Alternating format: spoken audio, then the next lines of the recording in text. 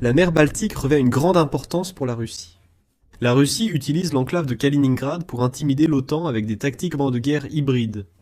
La mer Baltique sert aussi de transit aux navires de la flotte fantôme russe, et est désormais considérée comme un lac de l'OTAN, où la Russie doit rester présente. Cependant, la mer Baltique représente autre chose pour la Russie, une route vers le nouveau front arctique que Vladimir Poutine espère dominer dans les années à venir. Les États-Unis ne vont pas permettre que cette domination ait lieu. Les chasseurs de sous-marins américains se concentrent près de la Russie et en mer Baltique, exposant le front arctique de Poutine. Newsweek a révélé l'information le 30 septembre avec un rapport détaillant comment les États-Unis ont déployé plusieurs avions militaires en Norvège. Ce ne serait pas une grande nouvelle. La Norvège est membre de l'OTAN, et il n'est pas inhabituel que des avions y soient déployés, ainsi qu'ailleurs dans les régions nordiques et baltes. Ce déploiement se distingue par le type d'avion envoyé par les États-Unis. Ces avions ne sont pas seulement d'autres chasseurs que l'OTAN peut utiliser contre les drones et jets russes. Les États-Unis ont déployé un avion pour traquer les sous-marins et espionner les ennemis autour de la mer Baltique.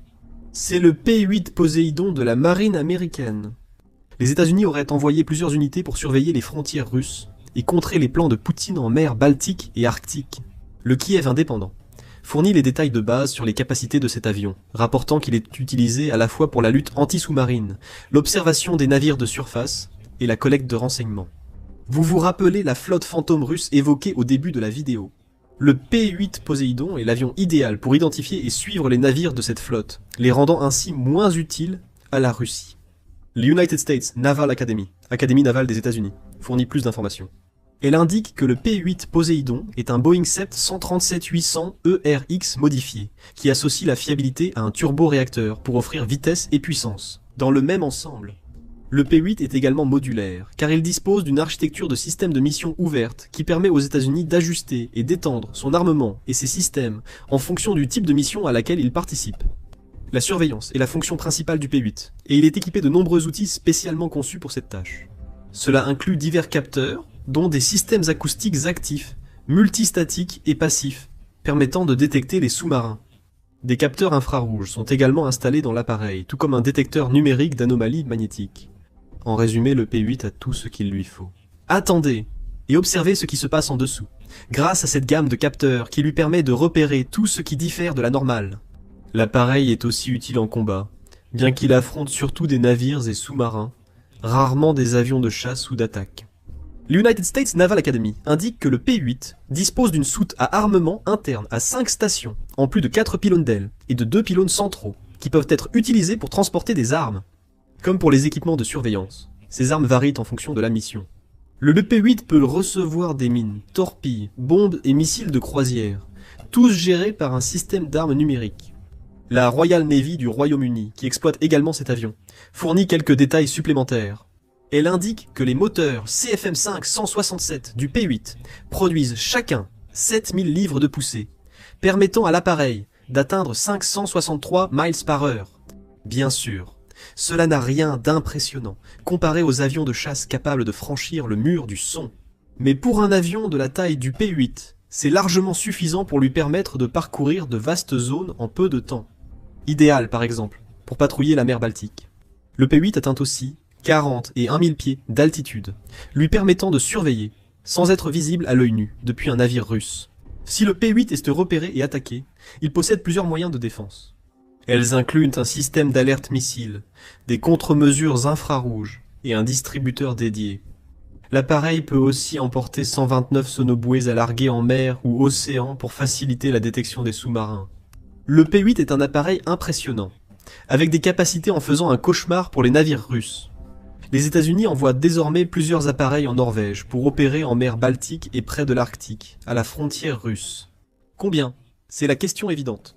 Le compte X Open Source Intelligence Technical pourrait avoir la réponse, car il a suivi des données de vol qui confirment que des P-8 américains sont arrivés au terminal militaire de l'aéroport Gardermoen en Norvège.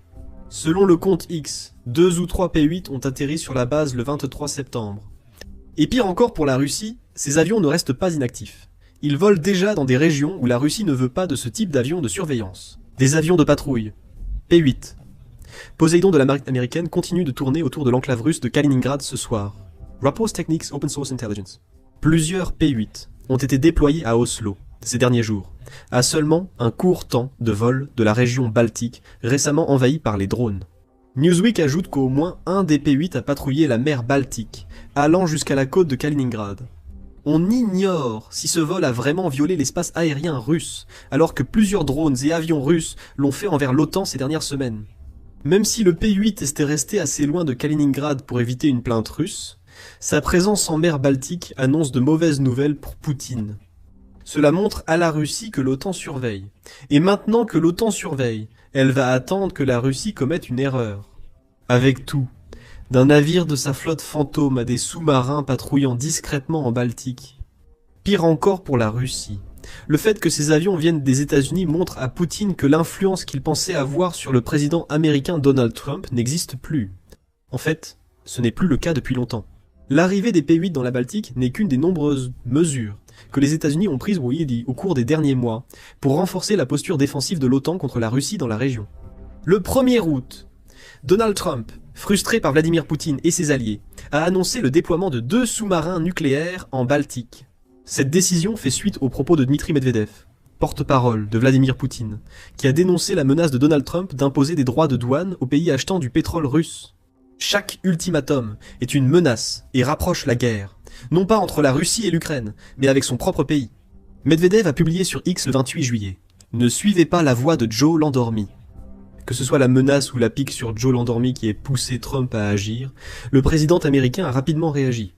Trump s'est exprimé sur sa plateforme Truth Social quelques jours plus tard pour annoncer que des sous-marins nucléaires seraient la réponse aux propos de Medvedev. D'après les déclarations très provocatrices de Dmitri Medvedev, ancien président et actuel vice-président du Conseil de sécurité de la Fédération de Russie, j'ai ordonné de positionner 2 sous-marins nucléaires dans les régions appropriées, au cas où ces déclarations insensées seraient plus que des paroles, a déclaré Trump. Cela peut sembler un jeu de représailles entre les États-Unis et la Russie, mais cela ne change pas le résultat. Les régions citées par Trump seront probablement la Baltique ou l'Arctique, ce qui convient à l'OTAN. Sa posture défensive collective a été renforcée par le déploiement de ses sous-marins. Cela, pour autant que l'on sache, pourrait encore rôder sous les vagues de la mer Baltique. Environ un mois plus tard, les États-Unis ont également envoyé un groupe aéronaval vers l'Arctique pour participer à un exercice d'entraînement militaire conjoint avec les forces norvégiennes. Lors de ce déploiement, le groupe aéronaval américain est arrivé. La mer de Barents, que Newsweek présente comme partie de l'océan Arctique, se situe au large de la Norvège et de la Russie. Le déploiement comprenait l'United States Ship Mahan et l'United States Ship Bainbridge, 2 destroyers de la classe Harley Burke, déjà affectés au porte-avions United States Ship Gerald R. Ford. Ce déploiement était temporaire.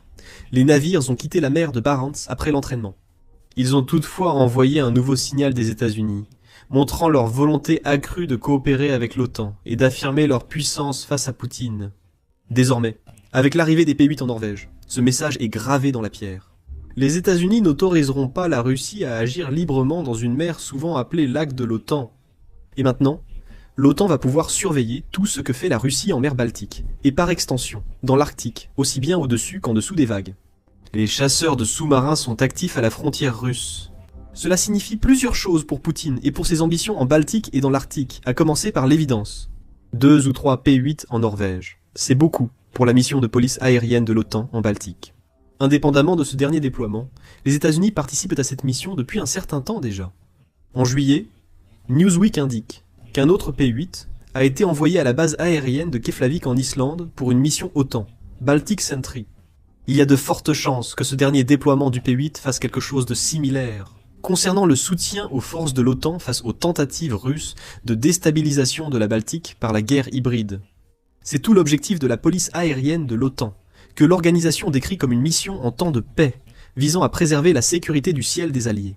C'est une tâche collective nécessitant en permanence, toute l'année, des avions de chasse et équipages prêts à réagir rapidement à toute violation de l'espace aérien. Les P-8 n'interviendront pas dans ce type d'incident, car ils ne sont pas conçus pour affronter des chasseurs. Cependant, ils viendront renforcer ce qui constitue en fait un système d'alerte précoce pour la police aérienne de l'OTAN. En plus d'être capables de suivre les navires et sous-marins russes que les forces navales de l'OTAN pourraient devoir affronter. Ce type de présence renforcée dans la Baltique et sur tout le flanc, et de l'OTAN est vital. La Russie a mené de nombreuses activités douteuses en septembre. Les incursions de drones et de chasseurs dans l'espace aérien de l'OTAN sont devenues une tactique courante de la Russie ce dernier mois. Euronews rapporte qu'au moins 10 pays européens ont connu ce type d'incursion au cours des 2 derniers mois, dont beaucoup ont eu lieu en septembre. L'envoi de 19 drones russes en Pologne a fait la une, mais la Russie a employé des tactiques similaires contre la Roumanie, l'Allemagne, le Danemark et la France ces dernières semaines. Les P-8 ne sont pas conçus pour combattre ou détecter les drones, même s'ils pourraient probablement le faire si besoin. Ces deux affirmations interrogent sur le lien entre les incursions de drones russes et l'arrivée des P-8 en Norvège. Tout cela revient à la flotte fantôme de la Russie. L'Ukraine a récemment révélé que cette flotte, supposée contourner les sanctions pétrolières, poursuit en réalité un objectif bien plus néfaste. Ces navires servent à lancer les mêmes drones qui entrent désormais dans l'espace aérien européen. Découvrez-en plus sur les affirmations de l'Ukraine dans notre vidéo approfondie consacrée à ce problème majeur. Quant au P-8, il ne peut peut-être pas faire grand-chose contre les drones, mais il peut localiser les navires de la flotte fantôme. Rien que cela en fait un outil précieux contre la nouvelle stratégie de drones de la Russie, comme les P-8 pourraient être capables de le prouver. Non seulement les navires de la flotte fantôme naviguent dans la Baltique, mais la Russie utilise également ces navires pour ses attaques de drones. Il y a aussi les sous-marins. Les États-Unis auraient envoyé des P-8 en Norvège principalement pour surveiller les sous-marins russes dans la Baltique. Des questions demeurent sur le nombre précis de sous-marins que ces avions devront rechercher. La flotte russe de la Baltique a autrefois compté de nombreux sous-marins. Au plus fort de la guerre froide, l'Union soviétique entretenait environ 130 sous-marins, qui opéraient tous au sein de la flotte de la Baltique. Cette époque est révolue, souligne la Fondation Carnegie. Aujourd'hui, la Russie n'a plus qu'un sous-marin d'attaque diesel électrique dans sa flotte de la Baltique, ce qui interroge sur la présence de 3 P-8 en Norvège. On peut dire que la Russie exploite un sous-marin connu en mer Baltique, mais il pourrait y en avoir d'autres. L'attaque de la flotte fantôme est aussi une raison du déploiement de ces avions en Norvège, renforçant la défense de l'OTAN, comme nous venons de le voir. Cependant, une autre raison pour laquelle les P-8 sont arrivés en Norvège est que l'OTAN ne s'inquiète pas seulement de ce que fait la Russie en mer Baltique. Un autre front potentiel figure à son ordre du jour, sur lequel la Russie a beaucoup insisté ces dernières années. La Norvège arctique fait vraiment partie de l'Arctique, du moins en partie. Le cercle arctique traverse le comté de Nordland, situé au nord de la Norvège. La Norvège a donc un intérêt direct dans l'Arctique, et en tant que membre de l'OTAN, l'OTAN partage aussi cet intérêt. De plus, la mer Baltique est reliée à l'Arctique par le canal de la mer Blanche à la Baltique. Construit par la Russie, ce canal fonctionne depuis 1933.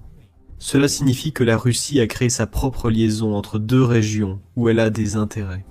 Il est tentant de considérer ce qui se passe dans la Baltique comme étant uniquement centré sur l'Europe de l'Est et du Nord.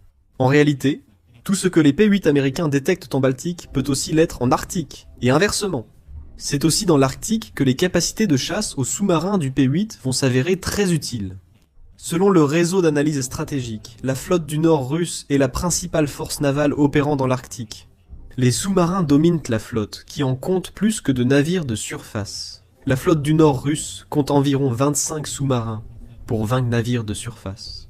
Et cela crée un problème évident pour l'OTAN. Bien sûr, l'OTAN veut savoir ce que ces sous-marins font dans les eaux arctiques. Cependant, l'existence du canal mentionné précédemment signifie aussi qu'il est possible que la Russie envoie des sous-marins de l'Arctique vers la mer Baltique sans être détectés. Si cela se produit, l'OTAN veut le savoir. Le nouveau P-8 en Norvège s'en assurera. En revenant spécifiquement sur l'Arctique, la Russie n'a jamais caché son désir d'exploiter cette région. Le changement climatique et la fonte de la glace arctique ouvrent peu à peu de nouvelles routes maritimes dans l'Arctique et pourraient donner accès à des ressources naturelles que la Russie souhaite contrôler. Le Conseil de l'Atlantique a précisé en avril que contrôler la route maritime du nord de l'Arctique est si crucial pour le Kremlin que Vladimir Poutine a fait de la militarisation de la région une priorité. Moscou considère la route maritime du nord comme une infrastructure nationale russe et cherche à en contrôler l'accès pour les autres nations. Le Conseil précise que la Russie cherche à contrôler le transport maritime dans l'Arctique. Étant donné que la route maritime du nord est si vaste, la Russie ne peut pas légitimement prétendre que l'ensemble de la route fait partie de ses eaux territoriales. Alors elle se militarise, elle essaie d'utiliser ses sous-marins pour intimider toute autre nation qui pourrait contester les ambitions arctiques de la Russie. Les États-Unis, ayant des intérêts arctiques avec le Canada et la Norvège, pourraient utiliser leur P-8 pour défier Vladimir Poutine, ce qu'il redoutait. Au minimum, l'OTAN comprendra mieux ce que font réellement les sous-marins russes dans la région arctique. Cela, associé à la mission dans la Baltique, pourrait suffire. Cela dit, Un point mentionné bien plus tôt dans la vidéo reste pertinent. Open Source Intelligence Technique a suivi la première sortie du P8, jusqu'à l'enclave russe de Kaliningrad, située entre la Pologne et les États baltes. Kaliningrad est une menace russe que l'OTAN veut surveiller de près. Kaliningrad a certainement une importance stratégique rien qu'en raison de sa position. Cela offre à la Russie un meilleur accès à la mer Baltique, ce qui rejoint les points évoqués précédemment sur les avantages de la présence d'un P8 dans la Baltique. Au-delà de cela, ce petit territoire, qui selon l'Institut naval des États-Unis ne mesure que 5800 miles carrés, abriterait plusieurs missiles tactiques Iskander russes. Ces missiles ayant une portée de 310 miles et sont capables de transporter des ogives nucléaires. Donc, toute surveillance fournissant des informations sur ce qui se passe ou non avec ces missiles sera utile à l'OTAN. Les P8 désormais en Norvège pourraient être en mesure de fournir ce type de renseignements, au minimum. Les avions américains seront capables de suivre les navires entrant et sortant de Kaliningrad, ce qui pourrait, à son tour, fournir des informations sur ce que la Russie envoie précisément à son enclave. Les États-Unis s'inquiètent de Kaliningrad, ainsi que de l'Arctique et de la mer Baltique. En juillet, le général Chris Donoghue, commandant de l'armée américaine en Europe et en Afrique, a averti la Russie que l'OTAN pourrait prendre Kaliningrad rapidement. Selon le Kiev Independent, cette enclave russe est l'une des régions les plus militarisées d'Europe. Cela s'est également donné naissance à de nombreuses tactiques de guerre électroniques, principalement axées sur le brouillage et le leurrage Global Positioning System. Celles-ci ont affecté les navires et les avions dans la région de la Baltique, depuis que Poutine a lancé son invasion de l'Ukraine. Les P8, qui surveillent en Kaliningrad, peuvent être considérés comme une extension de ce qui est probablement leur mission principale en mer Baltique. L'enclave reste prioritaire. Sinon, le premier déploiement du P8 depuis son arrivée en Norvège ne se serait pas achevé aussi près de Kaliningrad. Finalement, les P8 américains ont seulement renforcé la présence de l'OTAN dans plusieurs régions clés. Seul le temps dira ce qu'ils feront. Maintenant, sur le front de Kaliningrad, l'OTAN a de nombreuses raisons de s'inquiéter de l'enclave russe. Il y a quelques jours, Kaliningrad a tenté de neutraliser l'avion du ministre espagnol de la Défense, dernier acte d'une série d'attaques hybrides contre navires et avions européens. Découvrez en plus sur cette attaque et ce qui s'est passé ensuite dans notre vidéo. Si vous avez aimé cette vidéo, abonnez-vous à The Military Show pour d'autres reportages sur les déploiements américains dans le monde.